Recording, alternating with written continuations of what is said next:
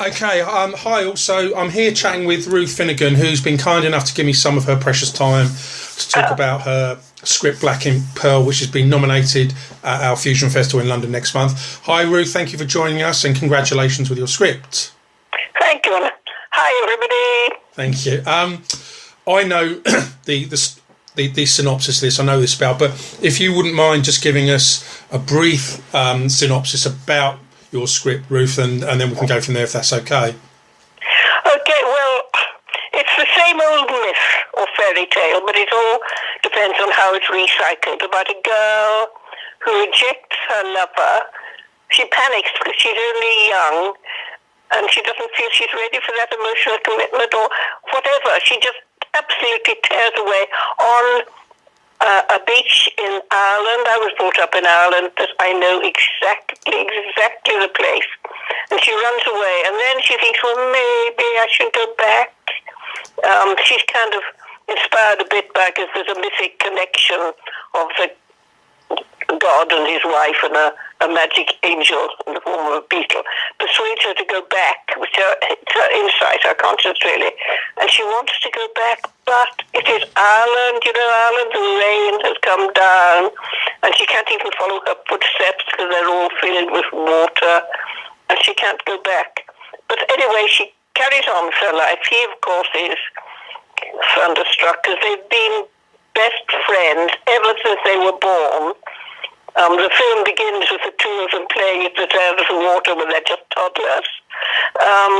And it goes through their upbringing as he gradually becomes more aware of her as a girl and tries to kiss her. And that's when he suddenly is old enough, and that's when she runs away. And God and his wife see her and decide to kind of create the story of love. And God has said, oh, let's help them. His wife says, no, lovers must struggle to prove their love, and then it's better. And so all the way through, you see God and his wife are cross purposes, but really they love each other. Really they wanted to, in the end, be happy. And it is something, sorry, thank you for that, and something that was of interest to me. People won't realise they listen to this, that Ruth and I had a little conversation before, and she talked about how often these ideas come to her in that state between just before you fall asleep and actually fall asleep. It's funny, Ruth, when you mentioned that, actually, I immediately thought of Yesterday by Paul McCartney, because obviously, famously, everyone knows that he actually dreamt the song, and they went on to become the most covered single of all time. But I didn't know that. Yeah, no, that's true. Yeah, he was living with Jane Asher at the time. And if you Google it, it is actually true, and he's verified it. He actually dreamt the song, the lyrics to the song, had a notepad by his bed, immediately woke up and wrote it down, and the rest is history. Right. Well, I am also preparing a book. I've half written it called The Shared Mind, about how all these kind of ethereal, out of the normal five senses processes work, and I will include that. And he's not the only one who's been inspired by music, in dreams, like Brahms and Mozart too, apparently, some of their work. I can believe it. And when you, because this I think came from that kind of interactive state, but that state of mind. But how do you go from that, which is a concept or an idea or a feeling, to actually putting this down on paper? Because going from that to actually creating a 96-page script and adding all the layers to it, the onion layers and all the nuances, that's quite a leap. So how do you go from there to the end result? Good question. I need to backtrack a little bit. Well, let me just quickly say that the rest of the story is that she then becomes a leading businesswoman, hard-hearted, trying to forget all this, but then suddenly realizes, in again that liminal state, in-between state, that she loves this man. And she will never rest till she finds him. She goes through awful challenges and terrible times, absolute desperation, before she finds him. But she goes through all heaven and earth, etc., etc., etc., etc. Well, now, backtracking, I also write novels, and this screenplay began as a novel. And I had one dream a night, and the next day it became a chapter, and it was as if the dream, what I call dream, that in-between state you've mentioned, wasn't words really. it was a kind of intense emotional state somehow. Yeah. But then the words, it felt as if around the edge of my brain, the inside of my skull, they started gathering as words, or maybe they were stars, or maybe they were birds. And the next day, I've done a lot of study of African stories, and I used to record them, and then I used to write down from the audio recording. It was just like that. I wrote it down without thinking, straight off. Straight off, and that was just a little interruption. And that was a chapter. And so writing my novel, The Black Inked Pearl, took just over 7 weeks, a chapter a night, a chapter a day rather. And then the screenplay was based on that.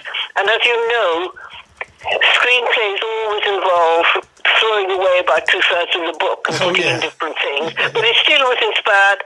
The book was full of kind of awe and ethereal inspiration.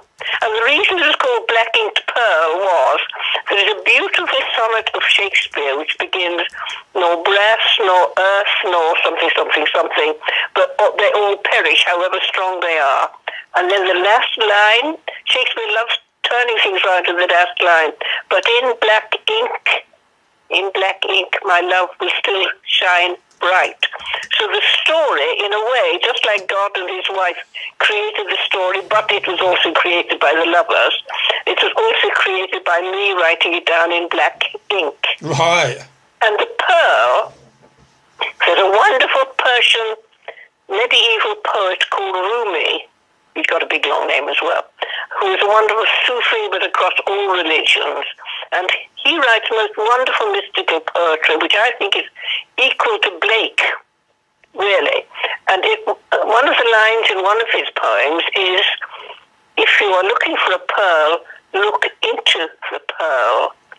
And the point of that is that this girl, Kate, she's very obstinate, she's determined to find her lover, but she doesn't think about herself.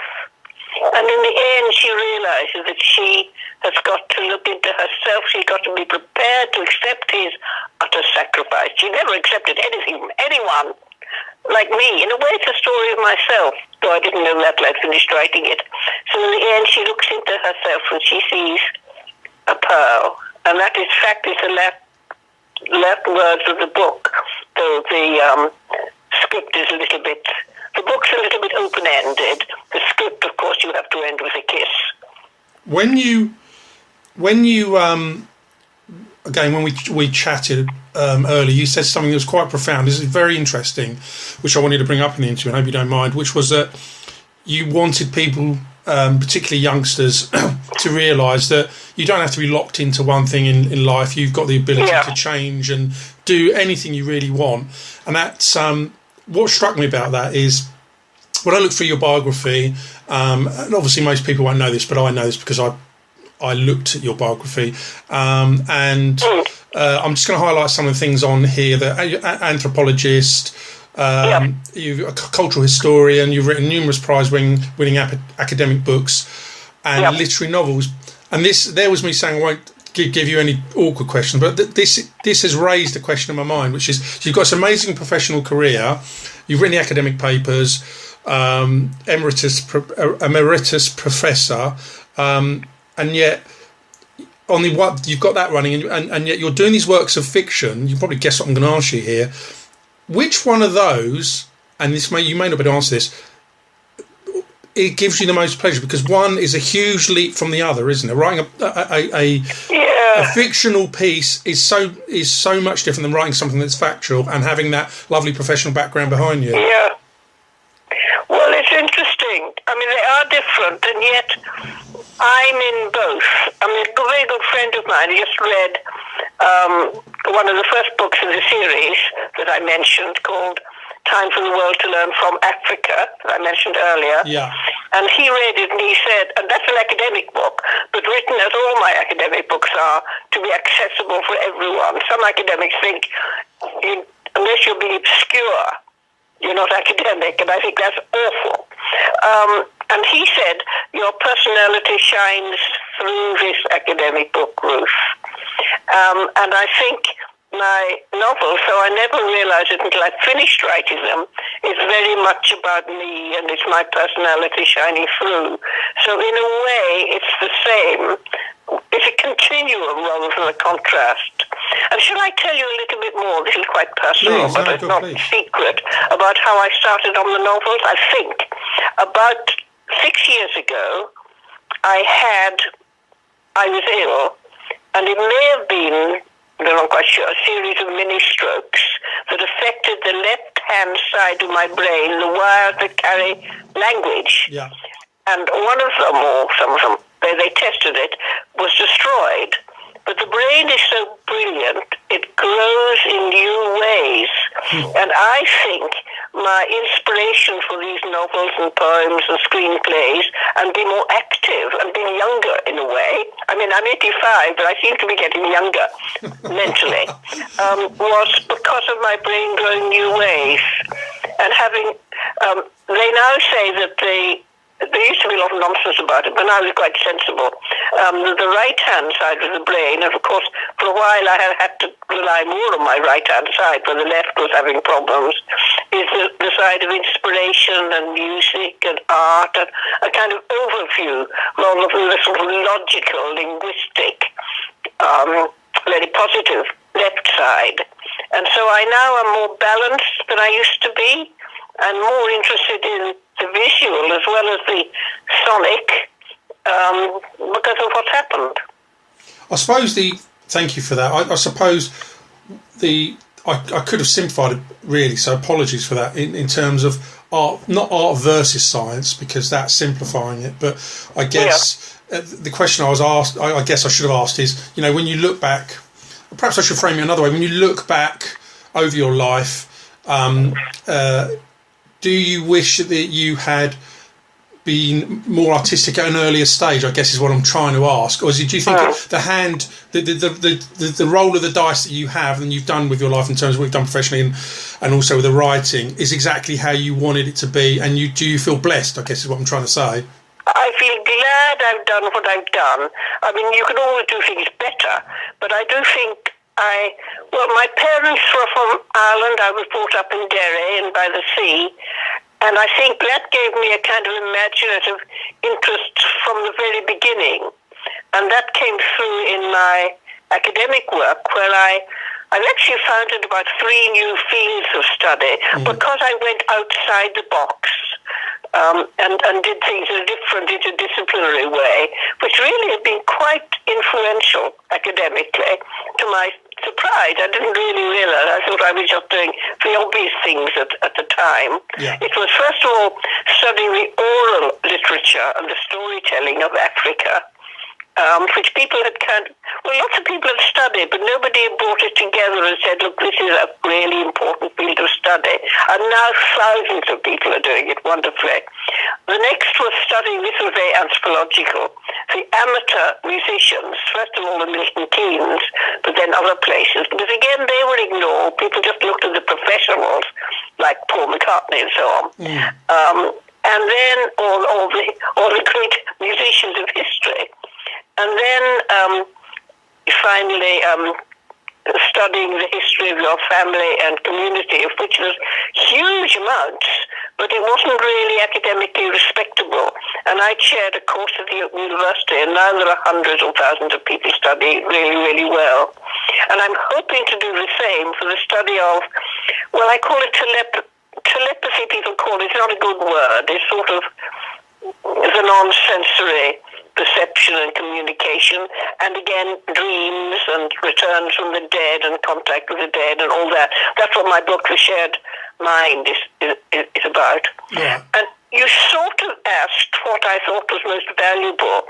I find it hard to measure up, because they connected my fiction and non-fiction books, but of my non-fiction books, one that hasn't had quite as much influence as the other, called Why Do We Quote?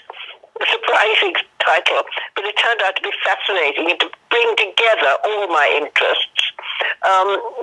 And then my Black Inked Pearl, which is a very literary novel, and some people hate because because they say the punctuation is wrong. It's got bad grammar, got words in that I don't recognize, because I wanted it to be, again, didn't realize this till later, I wanted it to be very sonic and rhythmic, a bit like Shakespearean blank verse. And so I heard it, and it's now an audio book. It hasn't been published yet. It's just waiting to be published. So people hate it because it's not like their standard English. But people who love words and literatures and the sounds love it. It's on that note, actually, I interviewed a filmmaker about a year ago who'd done a brilliant film, actually. I think it was Peter O'Toole's last film, with Brian Blessed in it. And the scriptwriter, director, producer... we had a long chat, and I recorded the interview about script writing, and he said to me, Steve, one of the cardinal sins if you're writing a script is do not worry about the grammar. Forget that. Yeah. He said it's so important not to spend any time over that. You know, it's because when you come to present a script, he said, I'm telling you now, people that are willing to put budget into films, ignore that. They're not interested in that. Absolutely. When we talk, we don't look up the grammar books. Of course we don't. But it's interesting that most people have loved my Black Ink Pearl script, but some people said, oh, the spelling is wrong, there are all typos in the beginning, because I tried to represent a little bit of Irish dialect speaking. They were not typos. No. But you read it aloud. Shall I tell you about the hopeful plans for this script? Yes, please do. I found at another film festival in Monaco, a wonderful one for, actually it was my other film script, The Betrothed, that won the top prize there for its genre. I met a wonderful director-producer called Emile Agopian, Emile Agopian from Canada, who was 19. And we saw a film of his, a documentary that must have been about 2.5 hours, and it went like a flash about music that he did when he was 17 and has won some top prizes. I think art genius can strike at any age, and I think he will be one of the leading directors.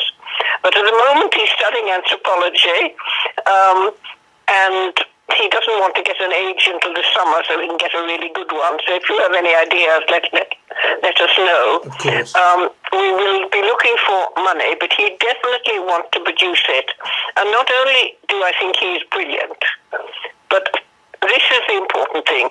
When he read through my script, he wrote me a comment of half a page that shows he really, really understood it from the inside.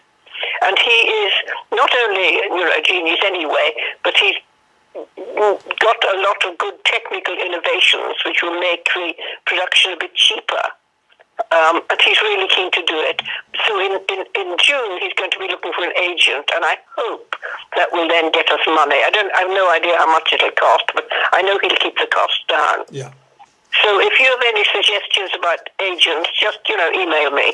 Okay, I will do. So but there also are funds in Canada for films produced by Canadians, and also there are places where you can get funds in Ireland, provided you've already got start-up ones from somewhere else. So I think we probably will be able to do it. And I think, Steve, you won't believe it, but I know it will win an Oscar. Wow.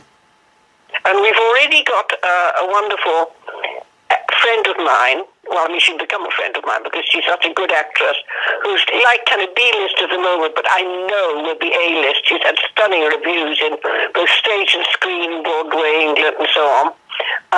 And I was at Quaker School, you'll see this from my little bio. With Judi Dench? With Judi Dench. And I think she would be a wonderful Queen of Heaven.